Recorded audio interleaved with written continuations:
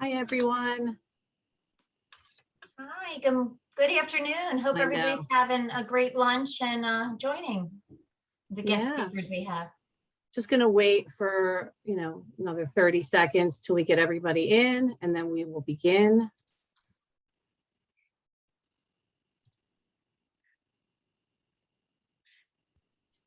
Looks like we got a great group here today. Hmm? We have a great group of realtors. Look at them. I'm seeing the names come up. This is awesome. Yeah, we have very experienced people, as very experienced realtors, so which is great. Good afternoon and welcome to our boot camp agent organization program. We appreciate you taking the time to spend this hour with us. And I'm Lisa Ginsburg, and we also have Anne-Marie Allen on. And of course, we've got our two presenters, our instructors, Peter and Matt today. Before we begin, just a couple of quick housekeeping announcements. Please make sure to keep yourself on mute. And I do like that I see some of you, you've turned your cameras on. That's fantastic. If you're comfortable, please turn your camera on. It does really make for an easier presentation and a better presentation if the instructors can sort of speak to people. And if you don't know how to do that, on the bottom of your screen, there is a toolbar, a floating toolbar, and there'll be a video camera, and you can just click it to start your video. And we're getting a lot of people coming in right now, so we're just admitting them. And if you do have a question for either of the presenters, please put it in the chat. If you don't know where the chat is, at the bottom on that floating toolbar, there is a chat box. And you can just put your question, just make sure to hit to everyone, make the question to everyone so that we can all see it. And they will answer questions near the end of the presentation. We are recording this today, and we will send a copy along with this presentation that they created to all of our members. And, so please take a look at it if you feel you need to look at it again, and share it with your people in your office. That would be fantastic. It's my pleasure to introduce our two presenters. I'm just going to give very brief bios on them. Matt, pronounce your last name again. You already told me, but Scannapieco. Scannapieco. Okay, sorry about that, Matt. He just told me 2 seconds ago. But Matt is the team leader of the Scannapieco team with Franklin Investment Realty, which is a private family-owned brokerage. He's been licensed for 7 years, and he has a lot of experience with rentals, investment properties, and property management. And now he focuses primarily on sales and growing their team. He's a one-stop shop who handles all aspects of a transaction, and he did over 12 million in sales volume just in 2021. Thank you.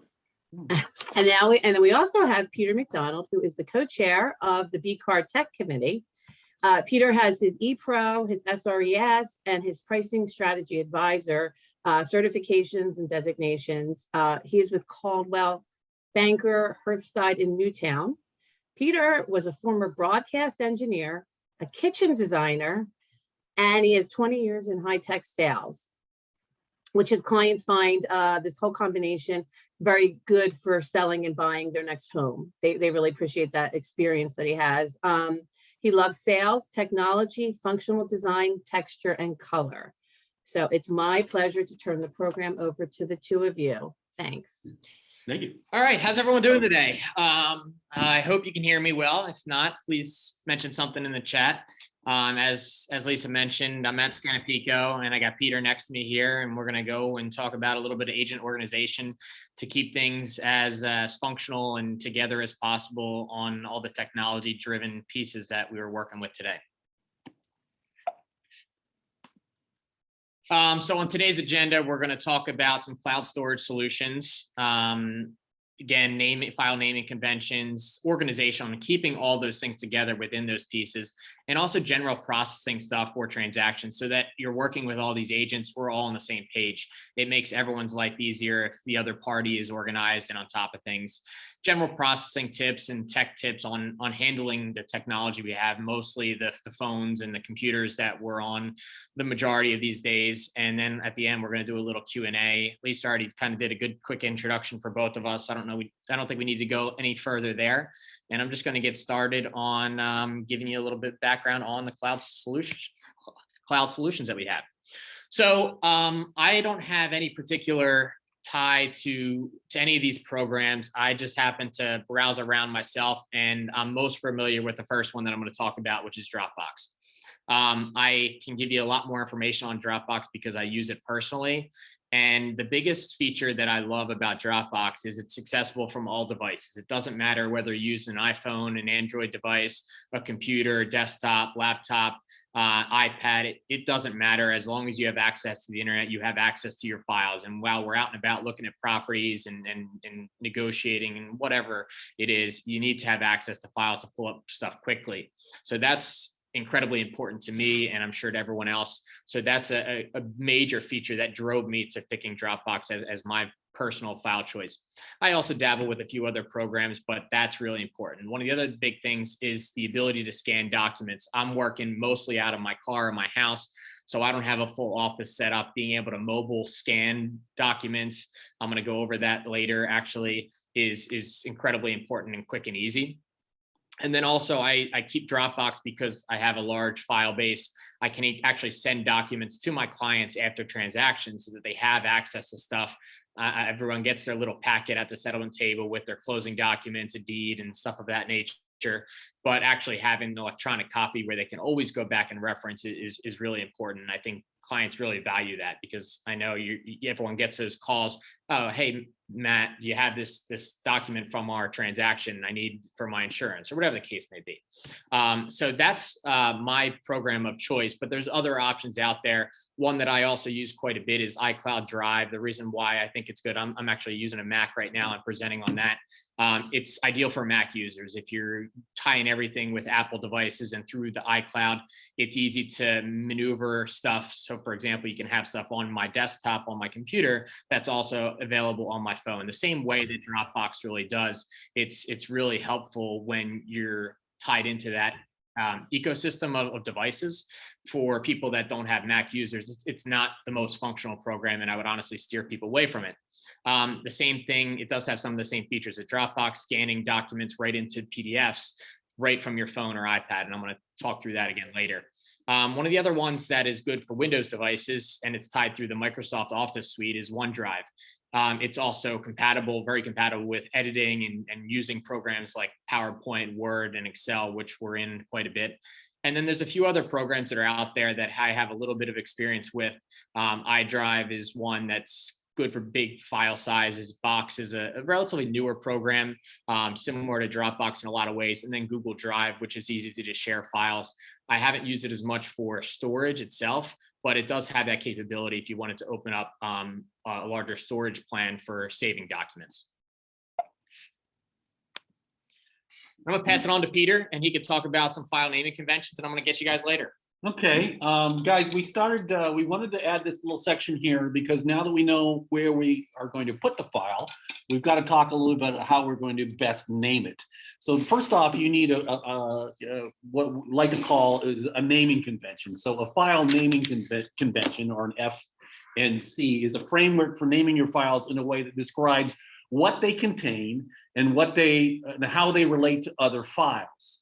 Developing a file name convention is done through identifying key elements of the project, the important differences in the file, or commonalities between your files. And a lot of times you'll get people to, well, what's the best? Well, simply put, the one that you remember, okay? Or better yet, the one that you can search for 2 years from now. That's the best file naming convention that works for you. Going to the next slide. Do I need to go down? Yeah. It's a little touchy. There we Sometimes you go. have to click, sometimes you do. So the key in a file naming convention is consistency and actually discipline. So even in a hurry, you want to make sure you do the same thing each and every time, because you don't know what you need 2 years from now.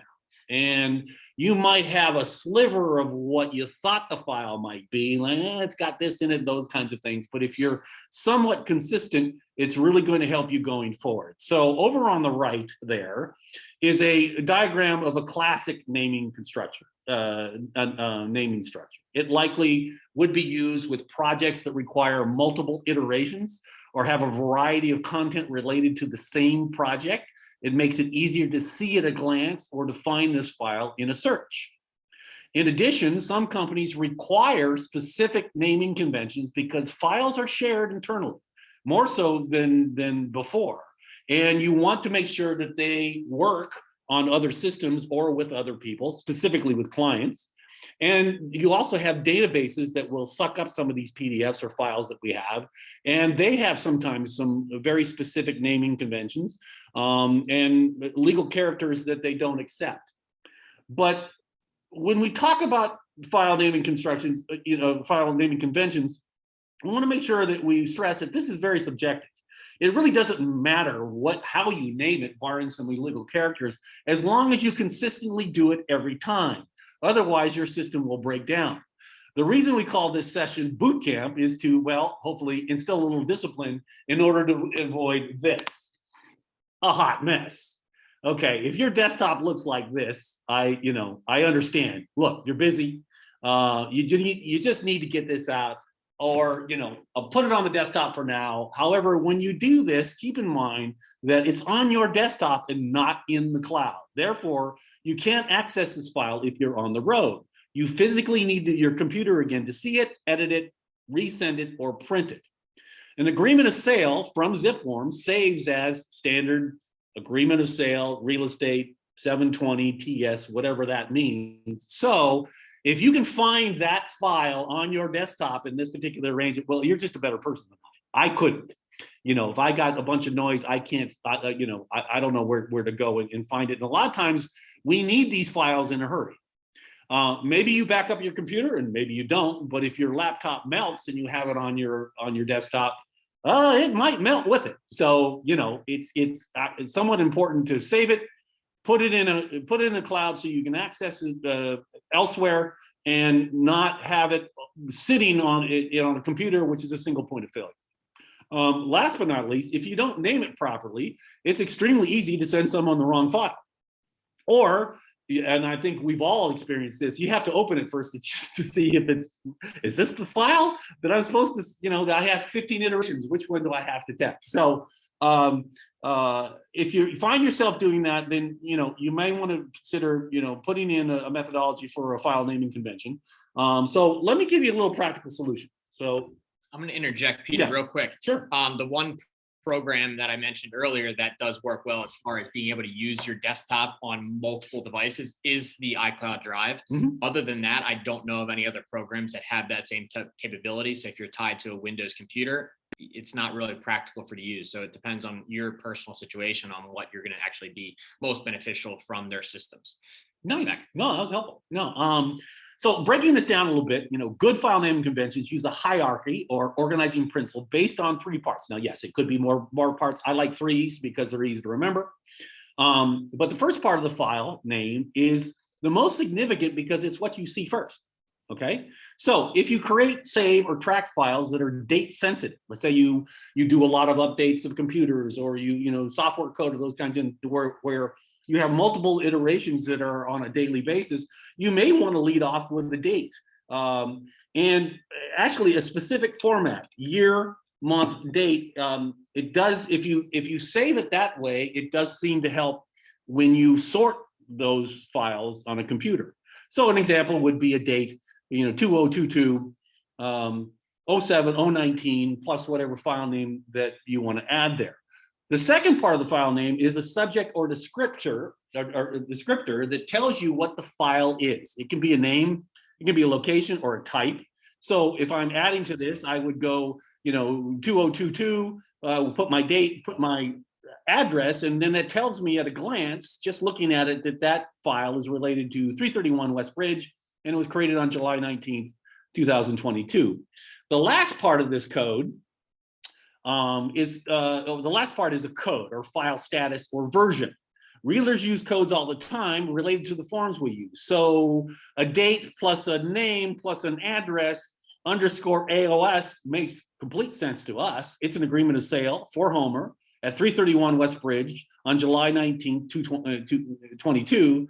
And you can even add status to that code in terms of, you could say AOS draft, or you could say AOS B2 in that. Finally, I want to stress that no one said that these parts have to be in specific order. In fact, I don't like putting the code in the at the end. I like it putting up front. So my brain likes this better. I like FE underscore AOS underscore H Simpson 331 West Bridge, which tells me that this is a fully executed agreement of sale for Homer concerning 331 West Bridge.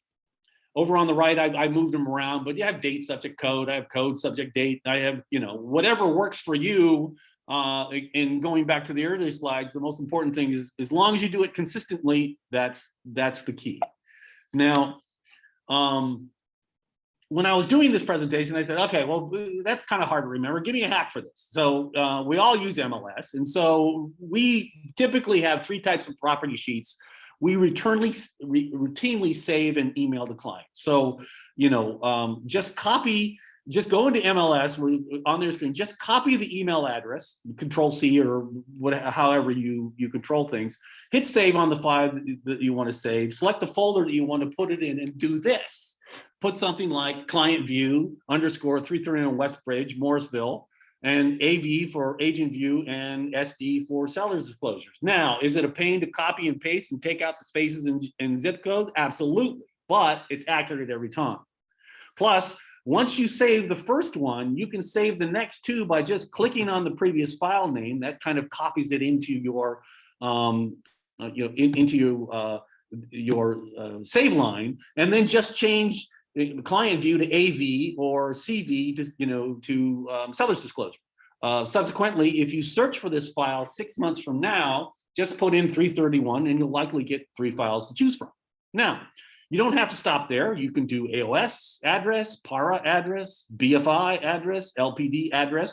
I mean, you can go on how you want to do it, but this is kind of an easy way to kind of get your files all lined up, all named, and subsequently very helpful. A couple of side hacks I want to mention as well is that there are programs, and I have one that saves your clipboard save. So in this example, I was in MLS. I copied 331 West, Bridge Street and the zip, and I saved it.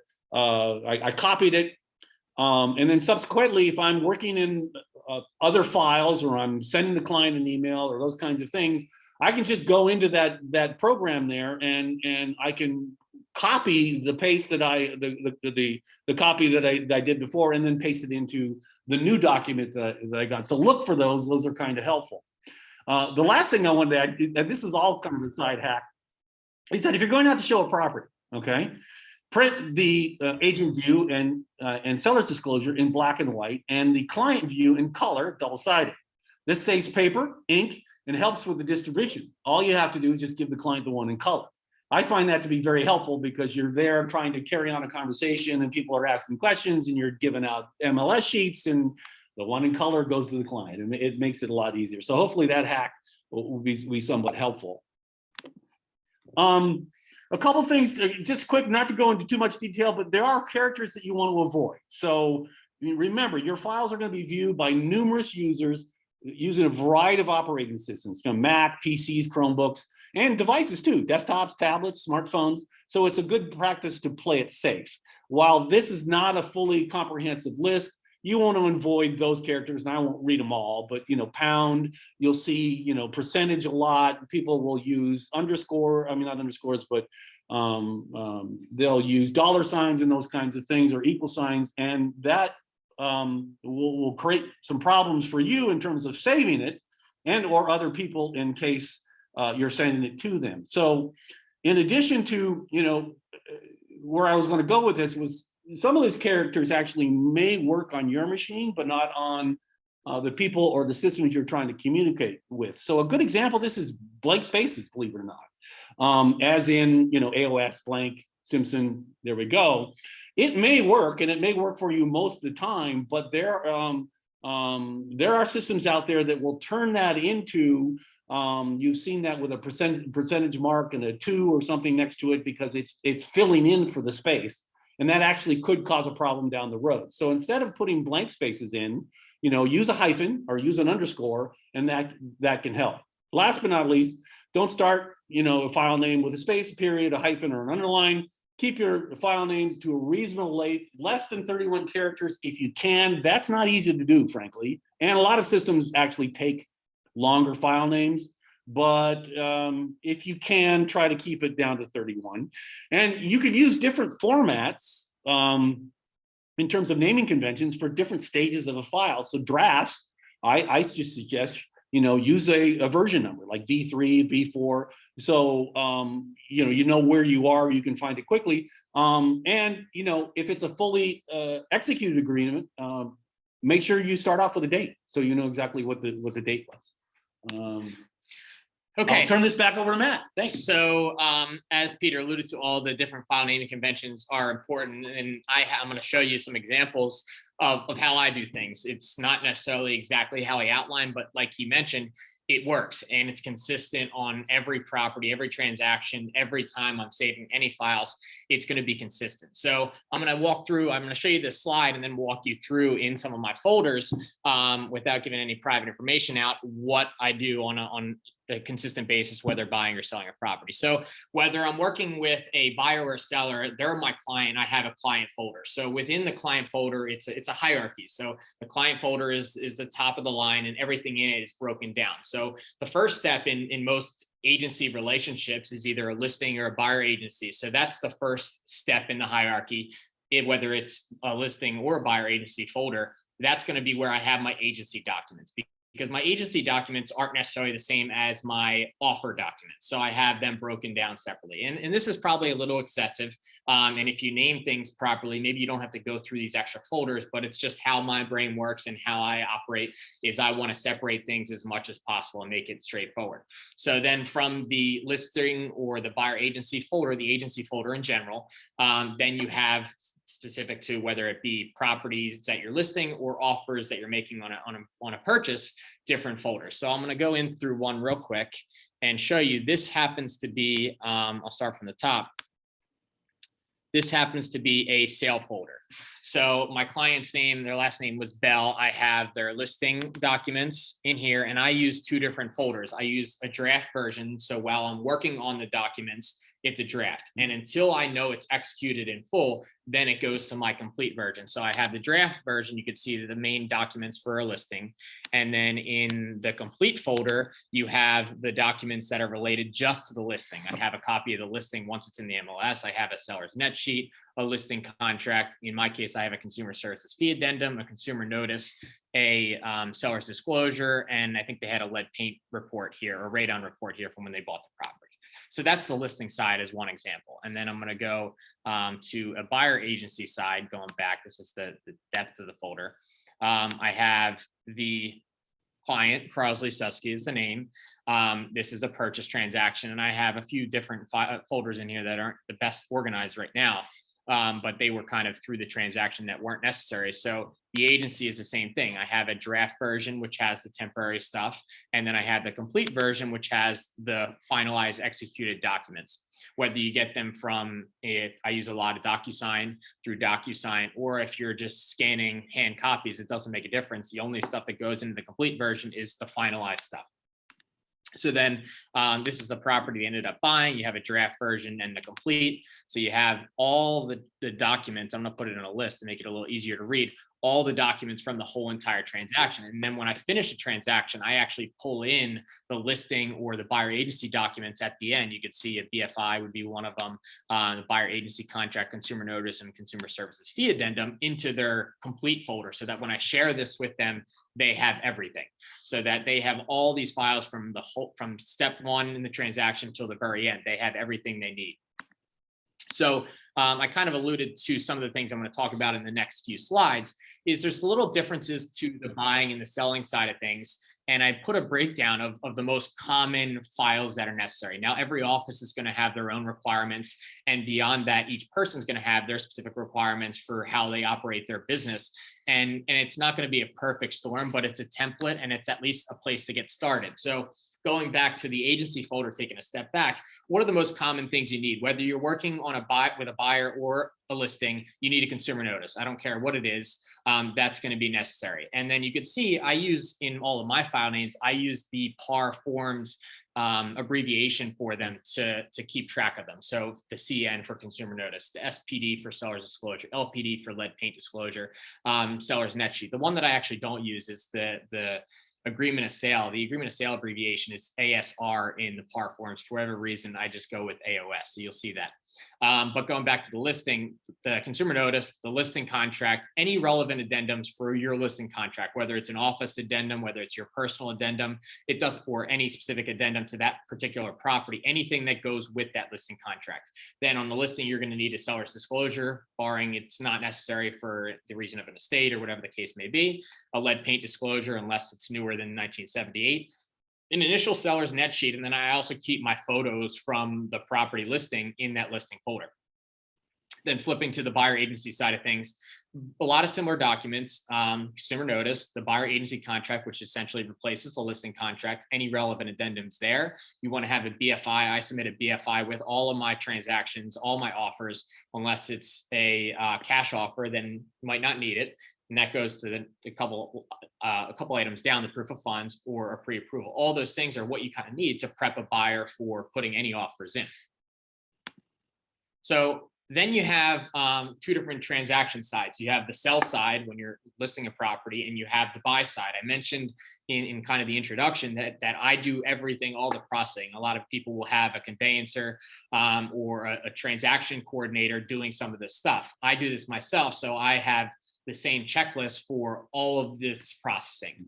So in my offer stage, when I'm on the sell side, I want to have these documents in my folder. And if I don't have them in my folder, it's not a complete file. And I'm going to share actually these checklists with you that are a little bit better broken down than this presentation is later on in the presentation. So I want to see the MLS. I want the MLS listing to be saved. The reason why is I want to make sure that everyone is on the same page for what was presented in the MLS. A big thing that people get hung up on is the compensation offer. So I get a cooperating broker compensation form you see down at the bottom, just in case for my office, but if not, I reference it in the MLS listing as well. I get a BFI. I want to make sure I'm seeing the buyer's financials when I'm making the decision and advising a client which offer to go with. I want to see a buyer's estimated closing cost sheet, so to make sure that they are qualified and have the available assets to purchase a property. I want to get a deposit money notice because my office is going to be holding the deposit for the buyer. Seller's disclosure, lead paint disclosure, assuming they apply, a pre-approval or a proof of funds, whether it's a finance transaction or whether it's a cash deal. Agreement of sale, I mentioned I used the AOS abbreviation. And the addendum, one of the common ones that I'm sure everyone's dealt with in the last few months, years or so, has been price escalation addendum, is the big one on that side. And then the appraisal contingency addendum, which they just revamped. Going back again, then the cooperating broker compensation form, and then the deposit check. I want to make sure I have that. That's all in the offer stage before we start processing a transaction. So we'll have some of them on both sides that maybe you put out 10 offers for a buyer client. You have all of them in the same order for every transaction. And then on the selling side, maybe you have 10 offers come in. You want to make sure you're vetting them so that when you're presenting information to clients, you have all the pieces. You're not pulling bits and pieces here and there, so you're not having a complete piece of information. And when I work with any of my clients, I need to have all the information, or I can't really have a good conversation and discuss things with them. So once we get into a transaction, we're now under contract, and you go towards the processing stage. So you want to have the title report, regardless of what side. The only difference, I'm going to show you these two slides. The only main difference is conveyancing section between these documents. Otherwise, you're going to have the same documents on both transaction sides. So title report, any inspection documents, home inspections, radon, termite, whatever the case may be. You're going to want your reply to inspections from the buyer when they make that determination, if there's an inspection these days. Change in terms addendum, assuming you come to an agreement from the inspections. You want to get your mortgage commitment there. You want to get a settlement notice. That's all general processing stuff through the transaction. And there's obviously more documents, but this is just, again, a baseline of stuff that's normally necessary. Then on the conveyancing side, again, I'm doing this myself. So you guys, some of these agents might not even see this stuff on a regular basis. But again, for the kind of big picture at the end of the line file, I want to make sure I have these, regardless if I'm getting them or if somebody else is. You want to get your local tax certs. You want to get your municipal certs if there are any, water and sewer certs if there are any, a mortgage payoff, a home equity line of credit payoff, homeowners association or condo association resale documents, and all the documents that are necessary in presenting or processing that package if you have a property in one of those associations. And again, there's more in there. And then in the closing stage, the last three things that most people get when you're walking out of a closing is your 2 settlement sheets, assuming you're financing, Alta CD, otherwise a HUD-1, and then your marked up title report. You also a lot of times get a deed as well. So the only main difference, if you're looking on the sell side here on this slide versus the buy side, is that conveyancing stuff. On the buyer side, you're not really doing as much of the conveyancing where you're getting those documents during the transaction. You normally get them towards the end. Some of the certs you're never actually even going to see. Some need the buyers to actually sign them. But you can see the breakdown is pretty much identical on both sides. The reason being, whether you're on the buy side or the sell side, you want to have all of these documents to be able to reference whether you're representing the buyer or the seller. So now we're going to talk about general processing. So I alluded to these 2 checklists. I'm going to pull them up real quick, if you don't mind. Give me 1 second. Should have pulled these up beforehand. And yes, I am a Sixers fan.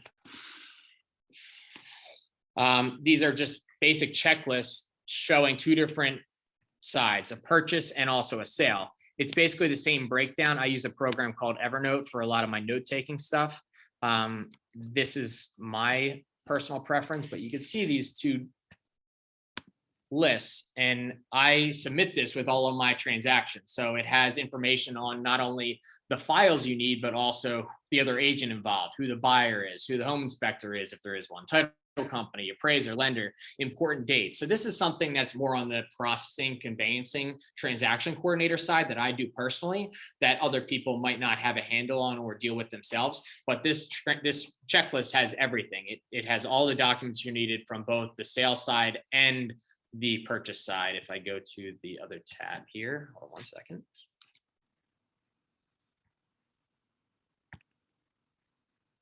So that was the sales side, and this would be the purchase side of things. My checklist for making sure I have all the necessary documents in my files.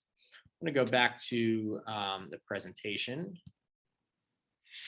So the other thing that I see a lot in the MLS is a presentation of offers document. I don't have one that I put on my listings myself, but I do think it's something that is a good practice for agents in general. And I'm actually in the process of working on one. And the reason why I think it's good practice is if, like I alluded to earlier, if we're all on the same page and we're looking for the same exact documents when we're reviewing offers, whether again, buying or selling, it makes everyone's life easier. It makes us be able to do our job better.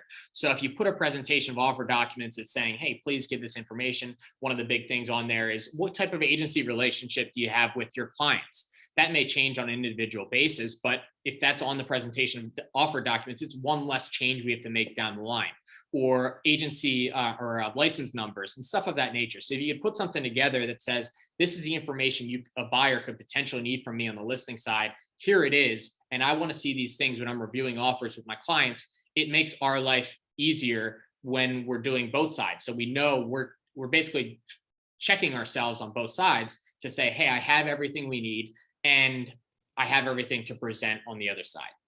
Then we're going to talk about a little technology tip. So the first thing, this came up in a question during the sign up phase of this presentation, is password managers. Obviously, I mean, so far I've talked about 5, 6, 7, 8 different programs, and we're going to get into a few more. How do you keep track of all this stuff? And I'm sure everyone's got their email and it's got their shopping accounts and all this, and it's really hard to keep track of, especially with all the different requirements for passwords. You might have one password that works for 10 websites, and then the 11th website you have an issue because they don't take $signs or whatever the case may be. Password managers are critical. I don't know how many passwords I have saved in my phone. It's got to be hundreds. If I didn't have that, I would be losing my mind. The one that I particularly use is Dashlane. There's a free version. There's also paid versions for a lot of these programs. And the reason why I like that is it works well with all of my devices. I can use it on my computer. I can use it on my phone.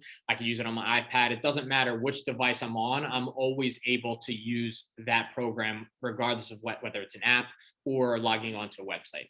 Another one that is popular, again, theme is a lot of Mac-based or Apple-based products. iCloud Keychain is another one. Dropbox just opened up one. I use Dropbox for my files. Dropbox Passwords is a program that they just launched. LastPass is a really popular one of the highly rated password chains or password managers. And then 1Password is one I also have some practical experience using to keep, again, all your files safe. You're starting to see advertising for some of these companies, and they really do work. You just think that the most important thing is make sure you have a base password or a secure password that's going to protect your access to these programs. If you have a really simple password, you're exposing not only just your 1Password, but all your potential passwords. So make sure your password's good there, and they give you some guidance on that. I'm going to switch over to my mobile device and share my screen from there to show you a couple little tidbit tech features that will be helpful for you. So I'm going to stop this share, and I hope this works well. I'm going to share my screen on my phone.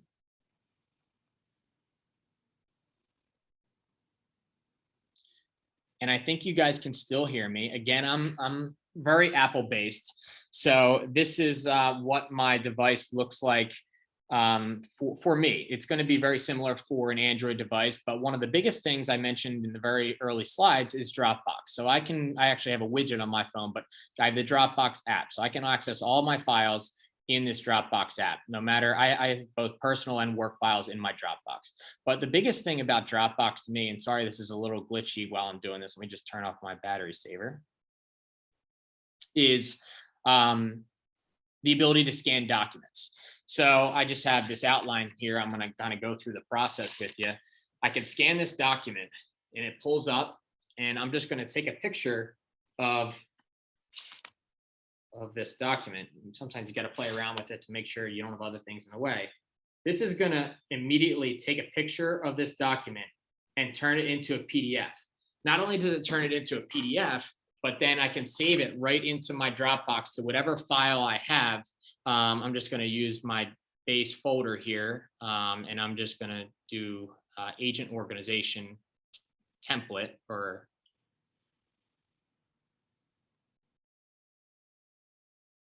outline rather. And that is now saved on my phone, on my computer, on my iPad, and all my different devices. So that's one way to scan documents. Another one specific to Apple programs is this notes document, or this notes application. If you press down on the notes application, you can hit scan document, and it's almost identical as far as the process, except it's yellow. So I'm going to stand up, I'm going to look at this file, it's going to snap a picture, and it's going to turn it into a PDF. And you can add multiple pages. So you can see I just accidentally added a second one, and I could do a third. And you can add all these different pages in here. Once you hit save, you have all these documents. You see this has 2 pages. I didn't take the time to do it.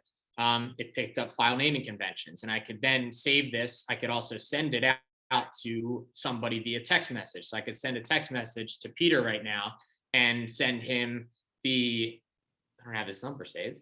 I'm hiding. Send it to Peter through a text message, or I could send it. I use Gmail, so I could send it as a Gmail app, or I could send it to a client, or I could save it to my files. This would be through iCloud Drive, or I could also save it to Dropbox, just like I did there. So I could save it just to Dropbox the same way, file naming conventions. It's going to upload in half a second, and now it's accessible on all of my devices. Another program that I think is beneficial when it's a lot of the documents we're reviewing is looking at PDFs. So I have Adobe saved on my phone to be able to view stuff. This is a feed. I probably shouldn't pull that up. This is my old resume, so I'll pull that up. I'm nothing to hide there. And I can then send copies of these documents to clients the same exact way, through text message, through email, I could print it. I could do all these different things from my phone. I could even send it and sign it through DocuSign. I have that capability on my phone. There's all different resources that you can do as far as using your mobile device when you're out and about to send stuff to whoever it may be. So those 3 programs are really important for kind of my everyday processing of transactions. And then I'm just going to go back to this presentation and see if there's anything I forgot.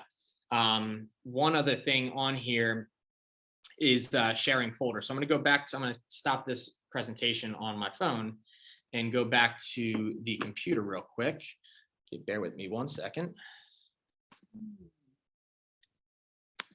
And this is something I mentioned again early on, is sharing files to clients. So I can go on to, I'm going to show you a Finder window, which is again a Mac-based thing. And I could send this completed folder. Actually, this is in the listing folder. So my complete folder here, I can send all these documents via a link to any of my clients. I right click, or in a Mac, 2-finger click, copy Dropbox link. And now I could send that Dropbox link to anybody I want. And they will always have access to that as long as I don't change the link structure. So I would send that in an email to my client at the end of the transaction. So they will indefinitely have access to all of these documents. So if there's anything they need to reference, they have it all here. And you can see this is an exorbitant list of files through a transaction of a sale. So that's incredibly important to me as far as making sure my clients have access to the information. And then the last thing I'm going to show you, and hopefully I can pull this up quickly. I did have it up and I think I closed it, is something that is just basic to file saving. And we're all short of space on our hard drives or whatever the other system you're using. When you search and you're trying to save an MLS listing, for example, as one of your transactions, I'm just going to use an address that I know. This is 100 Brandywine, where we're sitting. And I don't care what property is. Let's go out a little bit. We'll go to half mile. Okay, we found one. If you click on this MLS listing and you want to send this out, there's multiple ways you could send this out. You could send it as an email, you could send it as a print and then attach it to an email. But specifically for printing, when I print this listing, if I click on the button that says print to PDF, when you have multiple properties, this issue amplifies. You're going to save a huge file because the way the MLS processes that file, it saves it. It could be as big as multiple gigabytes. And when you're limited on space, you want to shrink that. So I use this program not only for the MLS listings, this is a common one I use it for, but if I'm manipulating pages in a PDF or looking at offer documents and breaking things apart. So sometimes you'll get an offer that has 17 different documents in one PDF. I want to look at the different things broken down so I could see and compare one to the other and just reference information. So I'm going to hit print. And on my screen, it will come up as options. And this is the same for a Windows device or a Mac. I want to save it as a PDF. And when I save this as a PDF, it saves it just like I would printing it, but it's a fraction of the file size. So I could save this to, I'm just going to go to my desktop, since again, I'm going to show you this is accessible on multiple devices. My desktop is linked to my iCloud drive. So I could save this as a MLS listing. And now I have that on my phone personally. So that is going to be much smaller file size. And just to amplify that a little bit quicker, desktop, I'll show you this example real quick. This is not organized right now. So MLS listing, you could see the file size is 1.6 megabytes. However, if I were to go and hit print to PDF, it's going to be substantially larger. And it also takes more time. It's generating this program to actually facilitate that PDF generation. And it takes, I don't know, we're talking 20, 30 seconds by now, and it's still not done. So just from the time savings alone, that's a big difference. And this happens to be the agent full version. I'm going to shrink this for a second. I want to download this. I'm going to save it in the same place. And you'll see that it's going to be a much larger file. So if I go back to my desktop and organize this again, the second listing, well, I completely lied to you there. The second listing in this one happened to be smaller file size. Either the MLS changed their system, or because it was only one file size or one property, it shrunk. So that is generally true. I've done it many, many times to know that that's the case. But that's just one other tool, not only just for MLS listings, just in general, to separate documents and go through and have stuff accessible in a PDF.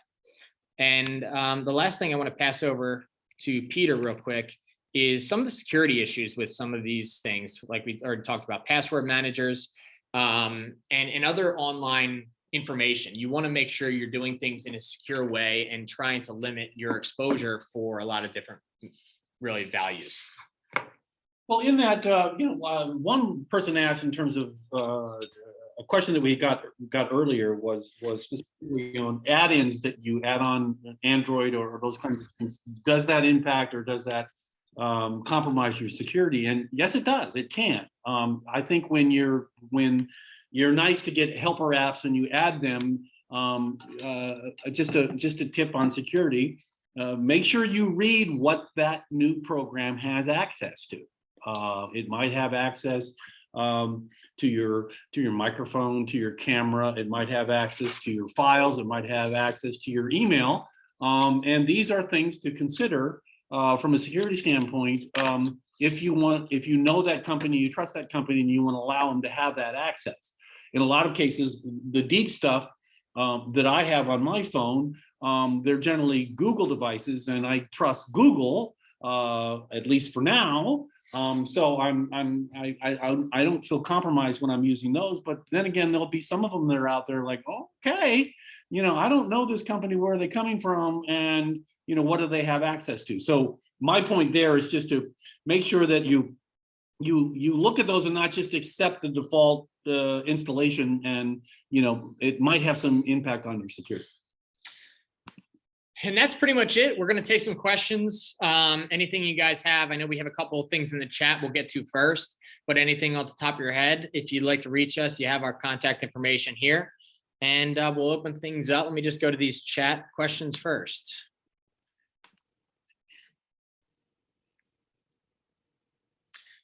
I think your question, Marina, regarding the saving files in that link in Dropbox, they will not have access to save files there. They merely have access to those files. So I could actually give them access in a different method by sharing that folder. They could add it to then their Dropbox, and they're a shared member of that folder. But the way that I handle it is I send my file version out to them at the end so that they have access to it. Real quick question that just came in. Will you be getting access to the slide deck and the links from this presentation? Yes, you'll have that all. Do the 360 version with the headers and all the photos selected. That's the save as PDF. So if I were to do that, that would do the same issue that I alluded to. And again, when you do a lot of different properties there, it will amplify that problem. I've done it where I save, let's say 12 properties, and you have a file that's 60 megabits, which is larger than most email providers can handle. And it just causes 3 extra steps to be able to present that information to people. So I don't know how we can answer questions through anybody have them off the top of their head. Can we open things up to anybody ask questions? Sure. If somebody has a question, they can unmute themselves and ask it, or they can still put it in chat if they'd like. So any other questions, you can throw it in the chat, or you can unmute yourself and ask away.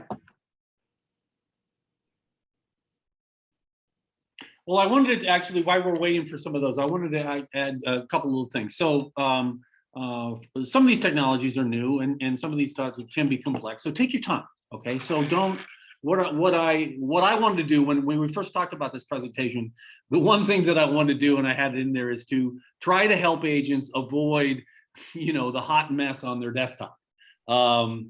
Because I've worked with them and trying to help them, through with a client or those kinds of things, and the amount of time it takes for them to find those files is painful, in fact, painful.